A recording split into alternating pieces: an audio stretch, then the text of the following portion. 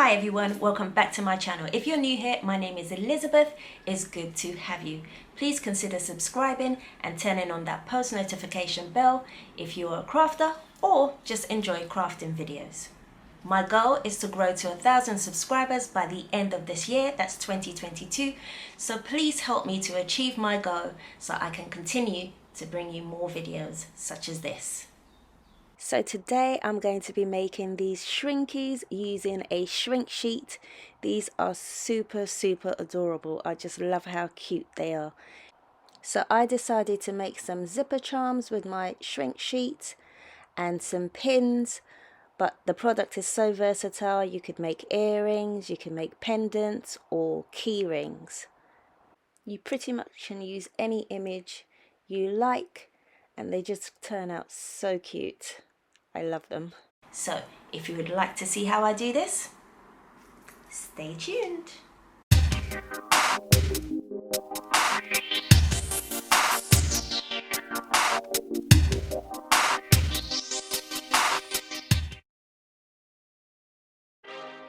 So these are just a few of the things that I'm going to be using in this project. I've got here some printable shrink sheets, which I got from Amazon. On the front it says it shrinks to 1/5 of the original size, but I found that they actually shrink to half the size of what you really want for your project. Also, it has some instructions on the back about the temperature of your oven and how long to keep it in your oven for. You can see here that it says it bakes for 1 to 2 minutes, but I found that it's super quick. You don't even have to, it's a matter of seconds, to be honest with you.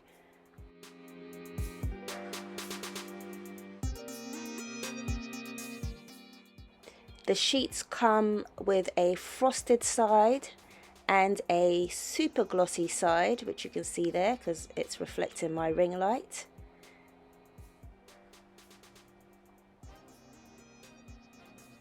I'm also going to be using some parchment paper for when I bake and a silicone mat. This is important for when I'm using the UV resin, which you can see here.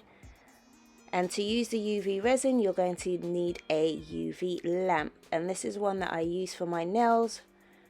So I'll be using that to cure the resin. I also have a blowtorch here to pop any bubbles that might appear in the resin. And safety first, I'm also going to be using gloves. I've got 2 pairs there just to keep myself safe. And a cocktail stick to kind of move the resin around and smooth it out. A pair of scissors to cut my shrink sheet, some jewelry pliers for the end of the project, and I also have some jewelry findings here with different finishes. This pack comes with a brushed silver, a silver, a brass, a bright gold.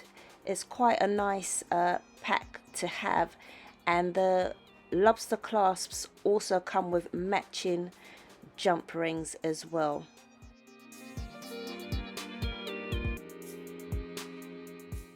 And I have a puncher here to punch some holes in. I'm also going to be using this pin finding to create a kind of badge, and these came with 2 backings. One with a rubber back and also one with a metal clip as well.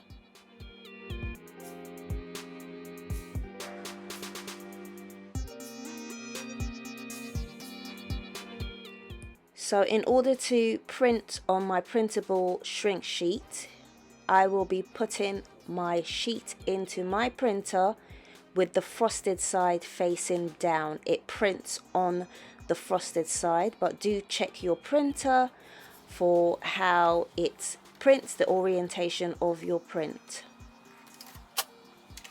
So I'm just going to take you through how I set up my image. I am in Illustrator.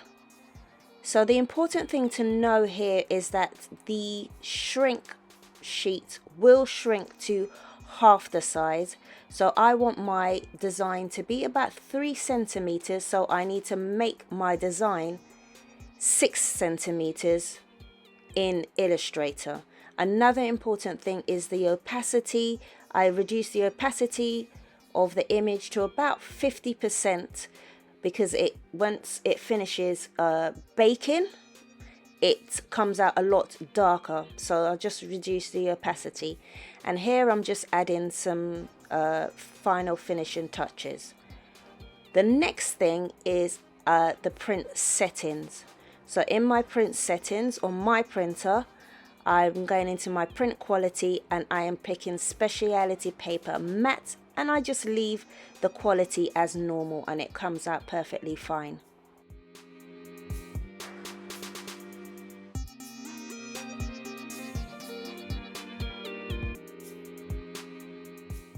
So we can see here that it looks very faded, but once it has been put in the oven, it's going to come out a lot darker than what you can see here.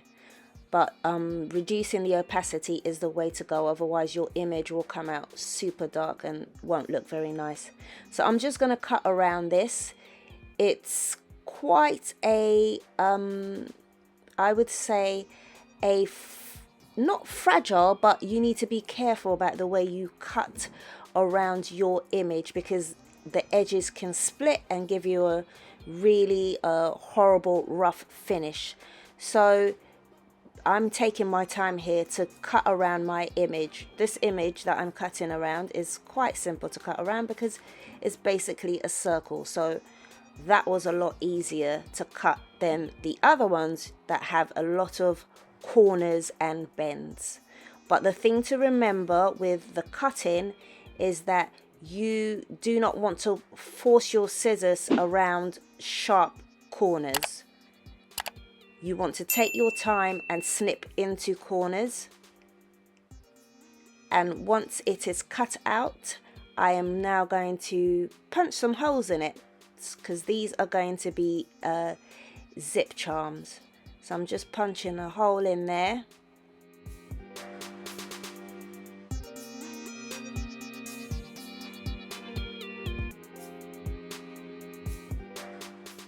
And the other ones that I'm not punching a hole in are going to be pins.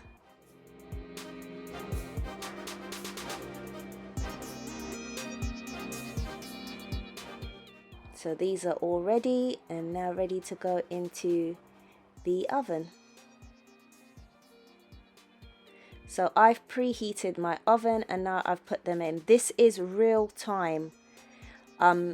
It's not 1 or 2 minutes, it's literally seconds, and I love this part. It's just fun to watch. It will curl up on itself, don't be afraid, because it will flatten itself out. And as soon as it is flat, you can take it out and give it a press, which I'm going to show you. But don't panic when you see it kind of like rolling up on itself. It does flatten itself, as you can see here. But I love this part. It's just so much fun to watch. I take it out and I put it down and I flatten it with a heavy object, like this glass brick that I have here. And I just do one at a time. I found that putting one little image into the oven at a time is best. I've tried doing 2 and it comes out uneven. So here they are all done. Oopsie daisies. Here they are all done. It comes out really rigid, like really tough plastic. So it's amazing that something like a sheet can now be, you could see here, it's about, I would say in thickness, is about a millimeter or 1.5 millimeters thick once it's been cured in the oven. I'm going to be using my UV resin just to add a layer of protection to the printed side and to give it a nice glossy finish. So I'm putting on my gloves here. I wear the nitrile gloves and a normal pair of gloves as well. I just like to make sure that I keep myself safe. I am also wearing a respirator to protect my lungs, because obviously the UV resin does produce fumes, so a respirator is needed, and open all windows. So I'm adding just a tiny bit of the UV resin, and I'm just going to spread that out. This is just going to be the first coat, and this first coat is important so you don't get any bubbles or any missed parts. So I'm just pretty much smearing it over the shrink sheet.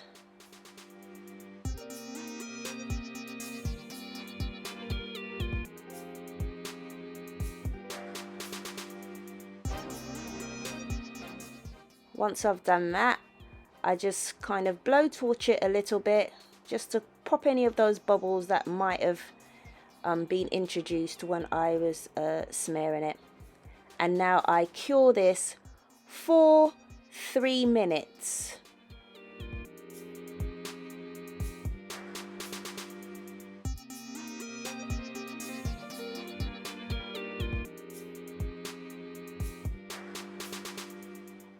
Once that first layer is done, now I put in a thicker layer, and I spread it out with a cocktail stick.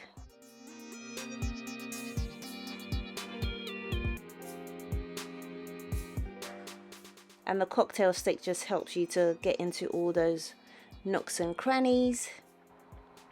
It's really important that you are taking your time at this stage to make sure you're spreading out the UV resin really evenly so you don't miss any parts. So a lot of time is needed here. You can also cut out your images on Cricut Design Space if you want, using the print and cut. But because of the issues of the size of print and cut, I prefer to just print these myself and then cut them out by hand. But you can go ahead and use Cricut Design Space and use the print and cut function. So now that all of the shrinkies have got a coat of resin on them, this is how I place the pin findings on the back. I just use resin. So I put a bit of resin on the back of the shrinkies, and then I attach my pin and I cure it, and that attaches it quite well because it cures to the back. And now I'm just going to attach my findings to the zipper charms. These are just so cute. And if you've got any resin in the hole, you could just poke it out like you saw me do earlier with a pin. Also, if you find that you have any overspill of resin on the edges of your charms, you can tidy that up using a fine grit sandpaper, and just go easy on the edges so you don't have a unsmooth and cloudy finish to your resin. So using a fine grit sandpaper will be helpful for any overspills. But look how cute they are. I got these images from Creative Fabrica. They had just thousands of images that you could use. You can also create your own image now using the CF Sparks, which is a nice another layer to Creative Fabrica, but they have a lot of cute images there. You can even use a photograph to create these shrinkies, but they turned out so cute. I just love them. They're so adorable. So if you found this video interesting or useful, please like and subscribe if you haven't yet done so, and turn on your post notification bell and click all so you are notified when I upload a new video. And as always guys, don't have a good day, have an amazing day. Till next time, bye!